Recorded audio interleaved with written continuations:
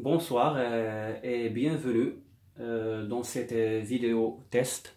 Nous allons travailler sur cette fonction-là. On va calculer ses dérivées partielles. Donc, comme vous le voyez, il s'agit d'une fonction à deux variables. Avant de calculer les dérivées, il faudrait d'abord voir quand est-ce que la fonction est dérivable. Donc, pour ceci, nous allons voir terme par terme. Vous voyez le premier et le deuxième, on n'a aucune contrainte. Par contre, pour le troisième terme, j'ai un x au dénominateur, ce qui nécessite que x soit différent de 0. Et pour le quatrième terme, j'ai y au dénominateur, donc il faudrait que ce y soit différent de 0. Le cinquième terme ne présente aucune contrainte. Donc la fonction est dérivable tout simplement sur r étoile, r étoile. Et on va commencer par la première dérivée. Donc, nous allons dériver par rapport à x. Alors, quand on dérive par rapport à x, donc, notre variable y sera considérée comme une constante. Alors, on regarde terme par terme. Le tout premier, c'est xy carré.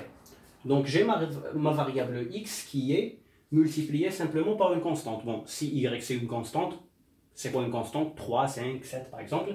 Donc le carré d'une constante, il est une constante aussi. Donc vous avez constante fois x, vous vous rappelez de cette formule. Lorsque vous avez une constante k fois une variable x, la dérivée c'est k. Donc ici, appliquons ça à l'exemple, il me reste la constante y carré. Ensuite, je passe à x au cube fois y au cube. Donc là, j'ai la constante y cube, sauf que là, quand je regarde x, il y a une différence par rapport au tout premier terme. Là, j'ai x au cube. Donc là, il s'agit d'une fonction, si vous voulez, qui associe à x, x au cube. Et elle est multipliée par une constante, donc je vais dériver à l'aide de la formule k constante u une fonction, la dérivée de k fois u, c'est k fois u'.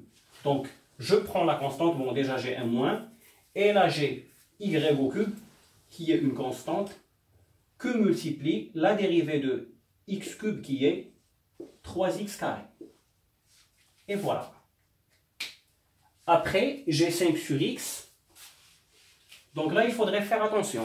Mon x, il est au dénominateur. Et là, ce 5 sur x, on est d'accord qu'on peut l'écrire 5 fois 1 sur x. Donc, finalement, ce que je dérive, c'est une constante fois une fonction 1 sur x. D'accord? Donc, on vient de voir que constante fois fonction, la dérivée, je garde la constante et je dérive la fonction. Et la dérivée de 1 sur x, on sait bien que c'est moins 1 sur x carré. Et après, j'ai x sur y.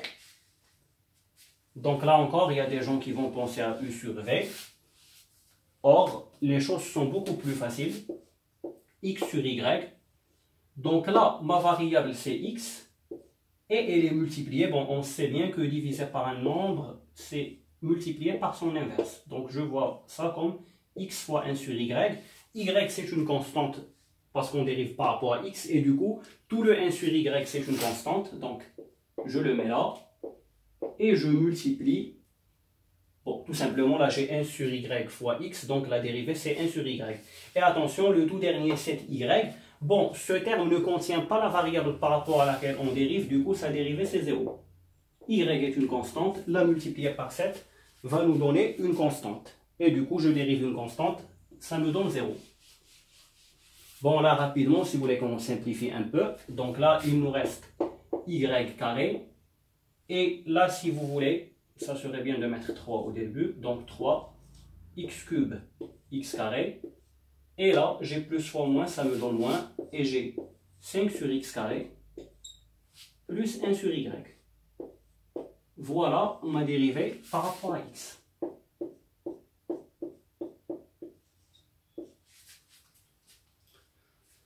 Bon, là, on va voir la dérivée par rapport à y.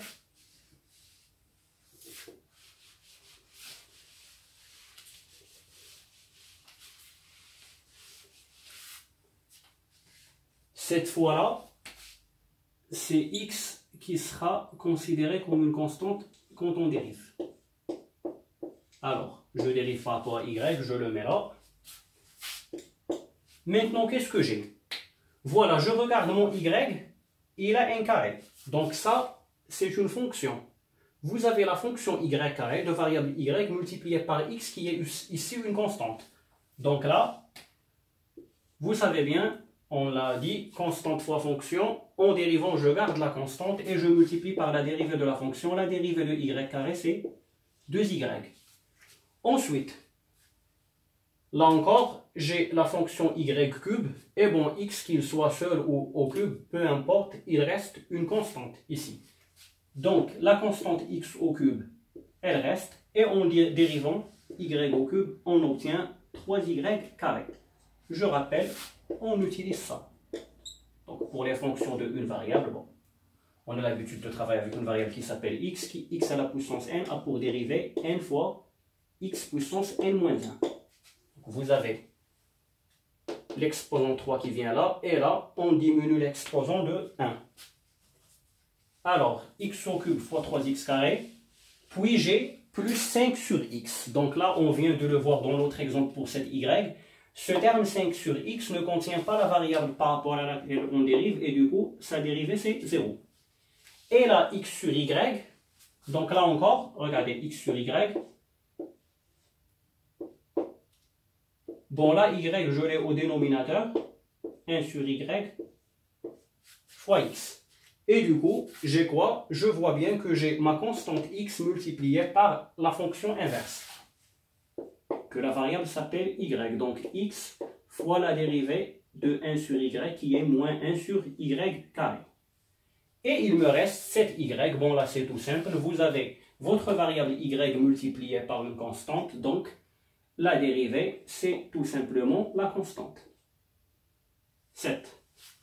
Et voilà, on a bientôt fini. Là, on va juste essayer de présenter la chose de façon, on va dire, plus jolie. Donc 2xy. Et là, j'ai 3 x cube y carré. Le 0, bon, c'est pas la peine de le mettre. Et là, vous avez positif fois négatif. Ça vous donne moins. Et x, donc x sur y carré. Et là, vous avez plus 7. Et voilà, la dérivée par rapport à y, elle est calculée. Bon, j'espère que c'était clair pour vous. Et à la prochaine pour une nouvelle vidéo. Au revoir.